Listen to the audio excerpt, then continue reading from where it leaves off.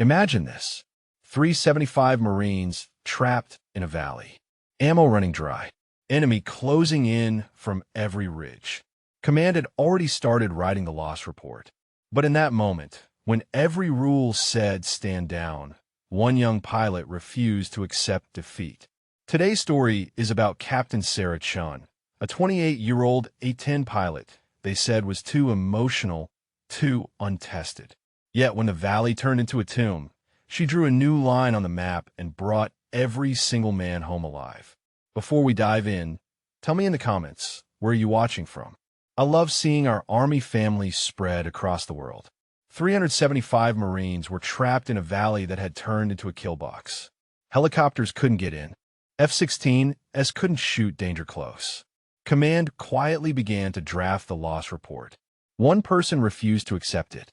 Captain Sarah Chun, age 28, A-10 Thunderbolt II pilot, Korean-American and too emotional, according to the men who kept her on logistics duty. She was small beside her Warthog, but she knew the airframe better than anyone on base.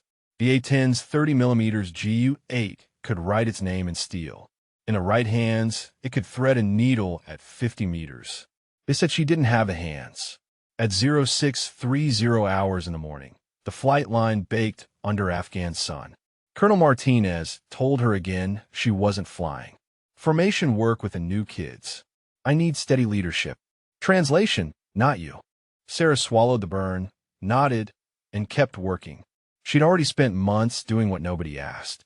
Night sims, terrain studies, ballistic tables memorized cold, radio checks for radio sanity, and manual backup math in case the targeting pod died.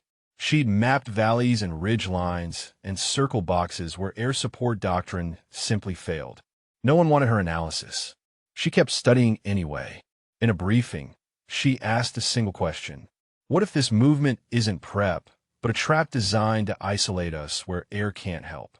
Track equipment, Captain, came the answer. So she did. And at night, she ran the same scenario again and again in a locked simulator she'd quietly taught herself to access. Friendly, surrounded, missiles in the hills, danger close all around. She practiced killing the SAMs without breaking off the run. Practiced laying a scalpel of 30mm between friendly strobes and hostile muzzle flashes. 47 iterations, each tighter than the last. At 13:47 in the afternoon, the base siren cut through routine in the operations center. Screens filled with the Kandahar-style valley she knew by heart. Radio Marine ground force and detachments. 375 total surrounded by 800 fighters. 2 confirmed SAM sites. Enemy on 3 ridge lines. Friendlies in a natural bowl. F-16s were 15 to 25 minutes out. Their rules.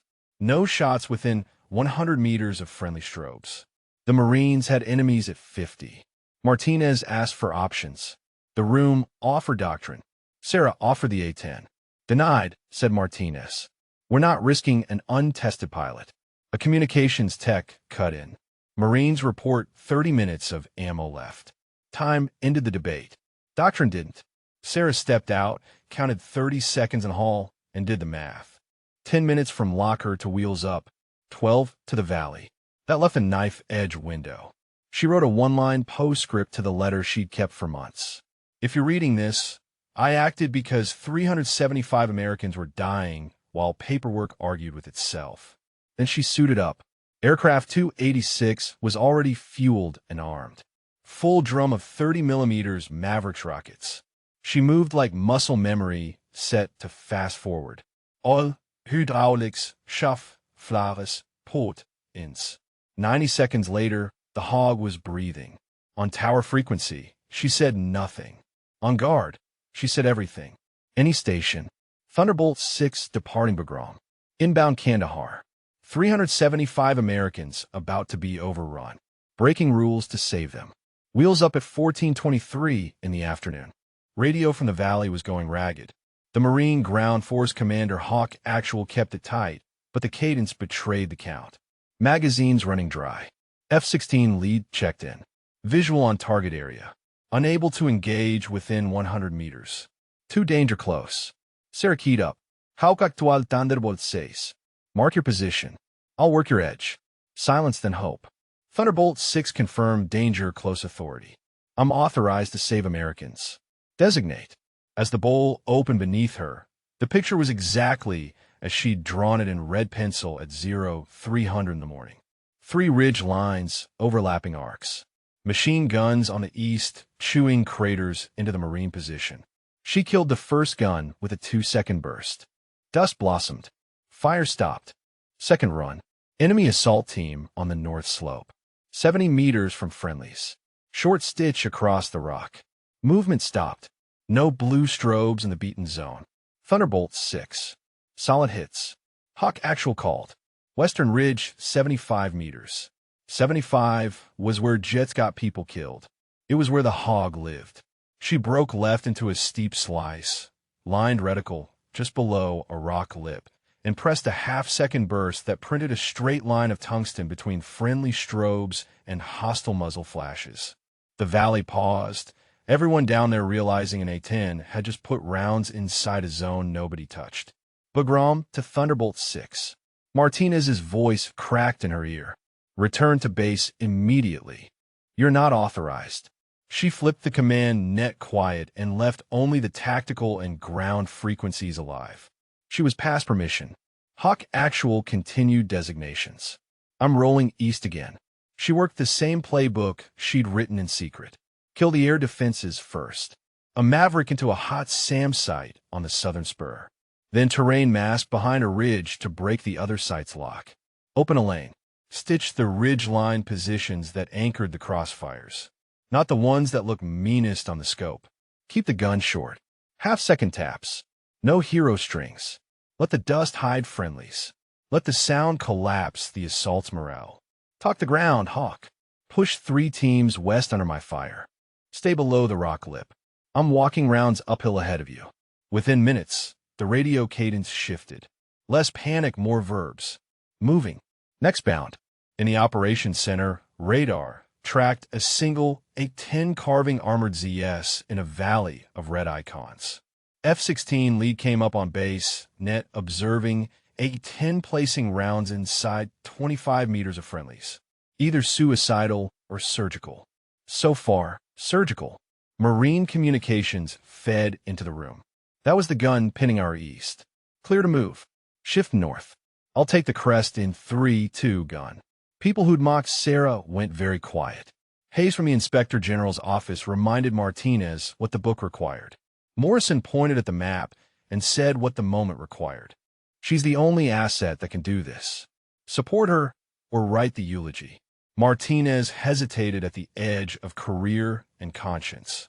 Sarah's third pass erased the second SAM with a pop-up Maverick from behind terrain. Now helicopters could start thinking. Not yet. First the exit cut. She talked Hawk actual onto a seam she'd seen in satellite photos months ago. A shallow fold on the west ridge. No one would pick from overhead unless they'd walk the topo lines by hand. That fold is real. We can move in it. I'll rake the high points 50 meters ahead of you. 30mm thudded like a giant zipper closing across stone. Enemy fire stuttered, then stopped. The Marines bounded. For the first time all day, blue icons moved. An enemy element tried to roll the corridor from above. 50, then 40 meters. Sarah flattened the dive, brought Pipper low, and pulsed a 3/4-second burst that shaved the ridge like a carpenter's plain chips of rock. Then stillness. Good effect. Hawk Actual said breathless but steady. We're at the mouth, 2 more positions on the far lip. Mark with sparkle, she said. A bright IR winked, and she split it by a body length. No friendlies hit. The corridor held. By the time the F-16S could legally help on the outer rings, Sarah had already decapitated the inner ones. Helicopters spun up. A dust trail of ground quick reaction force snaked toward the pickup. The valley changed from last stand to organized breakout in under 15 minutes. Back at base, Martinez finally chose. He opened the support floodgates, tankers, deconfliction, full ISR picture to Sarah's net, and a medevac plan keyed to her corridor. A new voice said, calm, authoritative. Bagram has you on primary. We're with you. Sarah didn't answer on the command net. She didn't have to. The only voices she needed were the ones on the ground. Hawk Actual continued the push. I'm staying on your shoulder. The corridor existed barely. A carved zipper of silence through a mountain shouting war. Sarah stayed welded to Hawk Actual's shoulder, turning the valley into a sequence of micro-battles she could win in seconds. A pickup truck gun team crested high right too thin for a Maverick, too fleeting for rockets. She dipped, let the pipper kiss the hood, and tapped. The truck folded, the gunner vanished in dust. West High is cold, she called. Move on the east spur. An RPG team tried to get clever with offsets. She beat the shot by instinct. Flare half-second stitch across the muzzle flash. Offset shooter neutralized. The Marines advanced by bounds. 3 teams at a time, then 4, then all of them flowing like water, finding gravity's line. Every bound Sarah put 30 millimeters exactly where it made the next 10 seconds survivable. We're at the LZ fold. Hawk Actual said, voice steadier now. 2 positions still raking us. Paint 1. An IR wink. 1 pulse of gun and the ridge exhaled. Paint 2. The second wink. She shaved it off the mountain. LZ is workable. Hawk Actual confirmed. Request rotors. Inbound. Base finally offered on CAS.net. Now committed. Chalks. 3 minutes. 3 minutes was a lifetime. If the ridge woke up again, Sarah made sure it didn't. The first Chinook surfed its own brown out into the fold. Sarah pushed out to the rim, hunting anything with line of sight into the LZ. 2 muzzle flashes blinked in a stand of rock. She pressed a diagonal burst like a zipper across stone. The flashes died. Chalk 1 lifting taking aboard first sticks. Second Chinook in another dust cloud. Another moment where a single uncut thread could strangle the whole effort. Sarah found the thread. A PCAM team shifting positions trying to get angle. She snipped it with 3 rounds. Chalk 2 lifting. We're green. A third bird risked it. Heavy and stubborn with weight. Sarah watched its climb like a guardian dog. A Sam Seeker tone chirped. Last threat. Last card. She was already moving, already low, already behind the ridge when the missile searched for heat and found only rock. She popped up, found the launcher team trying to displace, and ended that chapter with a short, merciless tap. Hawk Actual, she said voice level. Your last sticks on chalk 3 and 4. We're almost out. Almost was still not out. An enemy element tried to sprint the lip in desperation, feet kicking shale, rifles high. Sarah wrote a bright short line between them and the LZ. The sprint stopped. Chalk 4 lifting. The air mission commander said, all aboard, we are off. The very last man rear security came out on a small tailgate bird that shouldn't have risked it. Sarah held her fire until they were swallowed by the brown cloud. Then raked the ridge again, not to kill so much as to tell every watcher. Not today, not while I'm here. And then the valley was only wind and dust, and the sound in the headset was breathing. Hawk Actual came back on, clipped and formal, because some things demand ceremony. Thunderbolt 6 be advised. 375 souls accounted for. 0 friendly Kia during extraction. We owe you our lives. Copy, she said. Nothing more. She kept flying lazy S-turns high and wide until the last rotor was a dot and the corridor had closed itself behind them like a healed wound. On the way home, she took stock, feel fine. 1 Maverick left, gun drum light flares low, hand steady, mind clear. She flipped the command net back on. Bagram Thunderbolt 6 RTB. Silence. Then Martinez controlled. Unreadable. Thunderbolt 6, clear direct. The runway stretched ahead like a question. Touchdown was smooth, taxi slow, shut down by the book. She pulled the canopy release and let the base's heat and the crowd's noise climb in. They were on their feet on the line maintainers, ammo troops, medics, clerks, pilots, cops, the chow hall crew. Not a pep rally, something older than that. Respect in its raw form. Sarah climbed down. Martinez waited with the inspector general and half the senior staff. She stood at attention, ready for whatever came with it. You departed without authorization, Martinez said, voice carrying. You violated orders. You engaged at ranges that exceed every comfort zone we've written. Yes, sir. You also brought home 375 Americans without a single friendly killed during the movement. A long breath. Then, Captain Shun, you will answer for your decisions. But today, the only thing you'll answer is a question. Can you teach exactly how you did that? We're going to write it down so the next pilot doesn't have to learn it at 0300 in the morning in a locked simulator. The formalities came anyway. Statements, timelines, questions designed to test whether she gambled or calculated. Sarah answered with math, map, memory, and method. Technique over theater. She didn't justify, she explained. The Inspector General listened hard. You broke procedure, he said at last. But your procedure was better for the problem you faced. We will not make a habit of rewarding insubordination. We will make a habit of fixing doctrine. No metal talk, just work. 6 months later, the patch on her shoulder said what she'd built. Close air support development. She taught from first principles. Read the ground like a book. Every fold a word. Every ridge a sentence. Every valley a paragraph. If you can't recite it from 12 angles, you don't know it. Gun discipline. Taps not streams. Let dust be your smoke, not your blindfold. Kill the right nodes. The shooter that anchors a crossfire is worth 10 in the open. Talk ground, not ego. Say only what moves a team 10 meters closer to living. She demoed with clean tapes and ugly ones. She showed misses as well as hits. She was unsentimental about both. Pilots who used to smirk took notes. Pilots who used to lecture asked questions. The Marines sent their Joint Terminal Attack controllers. The Army sent their aviation representatives. Special Operations sent the men who had been there to sit in the front row and annotate the beats. An awards formation came and went. Quiet citations, a ribbon or two, nothing gaudy. The write-ups were careful where they needed to be and exact where they should. The consequence on paper was a reprimand for the unauthorized launch. The consequence in practice was responsibility. Real responsibility. Martinez found her by the Sim Bay after. I was wrong about you, he said without hedging. I saw a risk where there was preparation.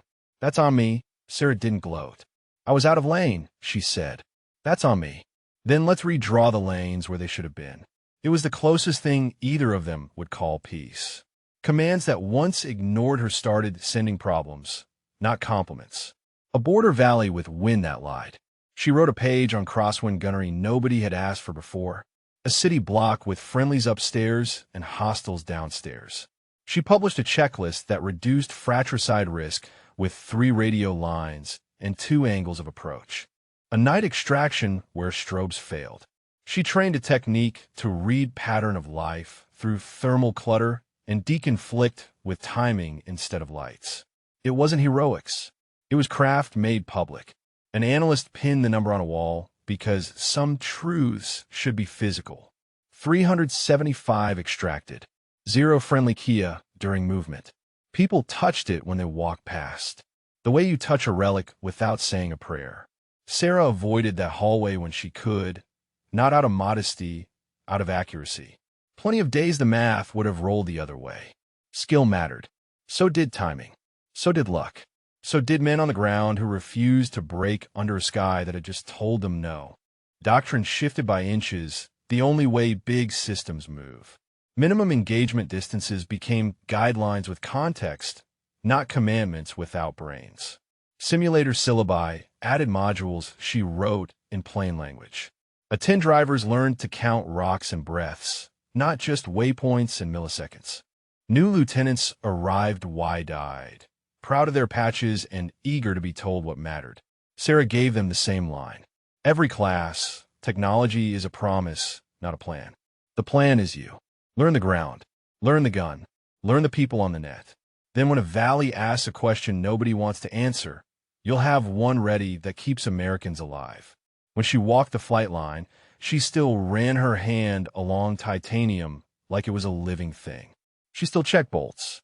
She still wrote notes in margins no one else would read. Some mornings, a letter on her desk had no return address. Inside, a coin, a patch, or a single sentence from someone who had been there. You showed up. She kept those in plain box. She never opened it on days she flew. One evening much later, She taxied back after another training hop and cut the engines. The line crew chief, grease on his sleeve, sun etched in his grin, looked up and said what needed saying once and never again. "Ma'am, it's good to know if we ever get pinned bad. You've already been where the map stops." Sarah smiled. "The map never stops." She said sometimes someone just has to draw the next line, and that was the point. Not that one pilot broke rules. That one pilot proved the rule beneath all the others when lives hang in the balance. Skill married to courage can turn a tomb back into a road home. And that's the heart of this story. Captain Sarah Chun showed the world that skill and courage can redraw the map when lives are on the line. 375 Americans went home because one pilot refused to quit. If this story moved you, salute in the comments below. Don't forget to subscribe for more true military stories of valor and sacrifice. Until next time, stay strong, stay proud, and never forget those who serve. The aircraft hangar at Bagram echoed with the sound of maintenance crews working through the night shift. Sarah Chun walked past the rows of A-10s, their gray hulks resting like sleeping guardians. Aircraft 286 sat among them, bearing fresh patches where shrapnel had kissed the fuselage during that day in Kandahar Valley. She paused beside her warthog, running her fingers along the titanium bathtub that had carried her through hell and back. The maintainers had painted a small scoreboard near the nose gear. 375 Marines. 0 losses. It wasn't official nose art, but no one had ordered it removed either. The scoreboard told only part of the story. Behind those numbers lay moments that would never make it into official reports. The sound of Hawk Actual's voice when he thought his Marines wouldn't make it home. The weight of decision in that hallway outside the operations center when every protocol screamed to wait. Sarah pulled out her maintenance logbook, the same spiral notebook she'd carried since flight school. Pages filled with calculations, wind charts, and tactical notes written in her precise handwriting. The entry for that day was simple. Mission complete. All souls accounted for. Aircraft serviceable. She'd written those words with the same steady hand she used on the trigger. No drama. No heroics. Just facts recorded for the next pilot who might need them. That was a Marine way. Do the job, document the results, prepare for the next mission. Young pilots often asked her about that day. How did you know the shots would work? How did you calculate the risk? Sarah always gave them the same answer. You don't know. You prepare until the unknown becomes manageable. Then you trust your training and execute. The preparation was everything. Those midnight hours in the simulator, mapping terrain that most would never see. The ballistic tables memorized until they lived in her muscle memory. The understanding that precision wasn't about perfect conditions, but about adapting to imperfect ones. Martinez found her there in the hangar, clipboard tucked under his arm. The colonel looked older now, bearing the weight of command decisions that had nearly cost 375 lives. "Captain Chun," he said, voice carrying a respect that hadn't been there months earlier. "Sir," she acknowledged, closing the logbook. "We've received orders to expand the close air support program." Martinez continued. "They want our techniques standardized across all theaters. You'll be leading the implementation team." Sarah nodded, understanding the significance. What had started as insubordination was becoming doctrine. The rules she'd broken were being rewritten to save future lives. It wasn't vindication she sought, but it was validation of principles her father had taught her on that Texas ranch. Steady breath. Slow trigger. Let the shot surprise you. The lessons applied whether you were shooting cans off fence posts or threading 30mm rounds between friendly positions. Precision was precision, whether the stakes were pride or lives. The implementation began immediately.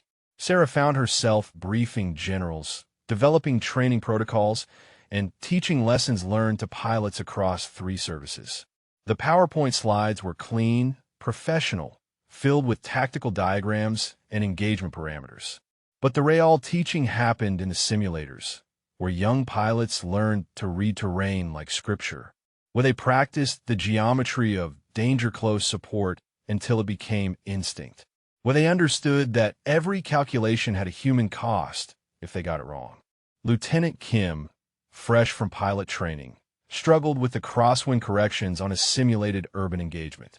Sarah watched from the instructor station as the young pilot fought the controls, trying to force precision instead of finding it. "Reset the scenario," Sarah said quietly. "This time, don't fight the wind.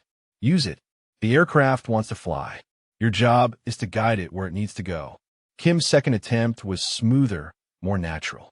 The simulated 30mm rounds found their marks without threatening the virtual friendlies below. "That's the difference," Sarah explained after the session ended. "Force creates mistakes. Patience creates precision. The Marines on the ground need precision, not heroics. They need you to be boring, predictable, accurate." Word of the program's success reached Washington. Congressional staffers wanted briefings. Defense contractors wanted to study the techniques. Military journals wanted articles about revolutionary close air support doctrine. Sarah declined most of the requests. The work mattered more than the recognition. Each pilot who mastered the techniques was another guarantee that future Marines wouldn't die in valleys like Kandahar. That mathematics mattered more than medals. Colonel Martinez stopped by the training facility one afternoon, watching Sarah work with a group of A-10 pilots from Germany. They hung on every word, scribbling notes as she explained sight pictures and engagement angles. "She's good at this," the colonel observed to Major Rodriguez, the facility's deputy commander. "Natural teacher." Rodriguez nodded. "She makes the complex simple, breaks down advanced tactics into steps anyone can follow." But it wasn't simplicity Sarah taught. It was clarity, the difference between knowing procedures and understanding principles, between following doctrine and adapting it to reality, between being a pilot and being a weapon system guided by human judgment. The afternoon sun slanted through the hangar windows, casting long shadows across the concrete floor. Sarah finished her lesson, watched the pilots file out to practice what they'd learned. Tomorrow would bring another class, another group of pilots eager to learn techniques that might save lives they'd never meet. Sarah locked the training materials in her desk, performed her end-of-day ritual of checking equipment and updating lesson plans. The weight of responsibility had shifted over the months. What began as personal vindication had evolved into institutional change. Every pilot who completed the program carried forward knowledge that could prevent another Kandahar Valley situation. Her phone buzzed with a text message. Unknown number, but the content was unmistakable.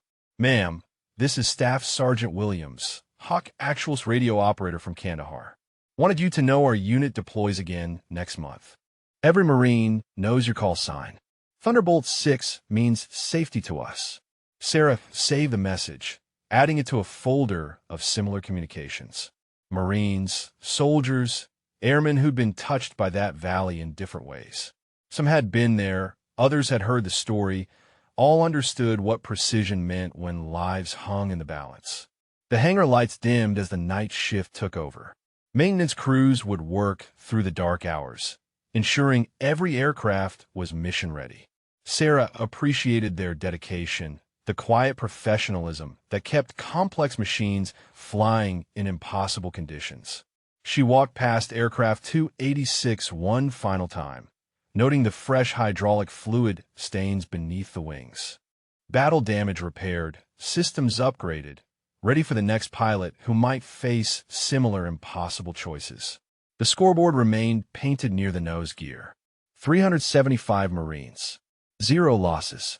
Outside, Buground's perimeter lights stretched into the Afghan darkness. Somewhere beyond those lights, other valleys waited. Other Marines would patrol dangerous ground, knowing that precision air support was a radio call away. That knowledge changed how they moved, how they planned, how they survived. The duty officer nodded as Sarah signed out at the security checkpoint. "Long day, Captain Chun." "Every day's long here," she replied. "But some days matter more than others." The sergeant understood. Word of Kandahar had spread through every unit on base.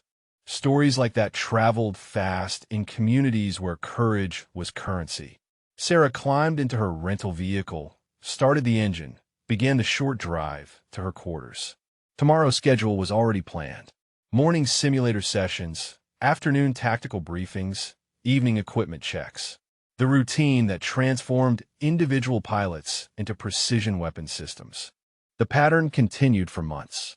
Training, teaching, refining techniques that would save lives in valleys not yet discovered. Sarah's methods spread beyond Bagram, carried by pilots rotating to other theaters. Each implementation saved ammunition, reduced risk, brought more Americans home alive. A year later, she stood before a new class of A-10 pilots. Fresh faces, eager expressions, notebooks ready for wisdom that might keep them alive. Technology is a promise, not a plan. She began, the same words her father might have used about hunting rifles and fence post targets. The plan is you. Learn the ground. Learn the gun. Learn the people on the net. Then when a valley asks a question nobody wants to answer, you'll have one ready that keeps Americans alive. The lesson had evolved, refined through repetition, but the core remained unchanged. After class, Lieutenant Torres approached with a question that came every few weeks. "Ma'am, what was it like in Kandahar Valley? Knowing you were breaking orders, risking everything for people you'd never met?" Sarah considered the question, searching for words that captured truth without glamorizing violence. It wasn't about breaking orders, she finally answered. It was about understanding why orders exist. Rules protect people. When rules can't protect people, judgment has to. But judgment without preparation is just hope. Hope gets Marines killed.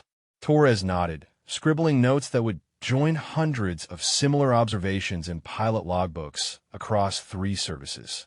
The institutional memory of precision, passed from instructor to student, generation to generation of warriors who understood that accuracy was mercy. That evening, Sarah received official notification of her promotion to major. The ceremony would be small, professional, attended by colleagues who understood what the rank represented. Not reward for heroism, but recognition of competence proven under pressure. Colonel Martinez would present the gold oak leaves, completing a circle that began with dismissal and ended with respect. The irony wasn't lost on either of them. Sometimes the best leaders emerged from moments when leadership was most needed and least authorized. The hangar fell quiet as Sarah completed her final walkthrough. Aircraft 286 sat ready for tomorrow's training missions. Systems checked, fuel loaded, ammunition counted. The scoreboard near the nose gear had faded slightly, but remained visible. 375 Marines. 0 losses. She touched the painted numbers once, remembering voices on the radio, dust clouds over landing zones, the weight of decisions made in seconds that echoed through years. Then she turned away, toward quarters, toward sleep, toward tomorrow's responsibility of keeping the promise alive.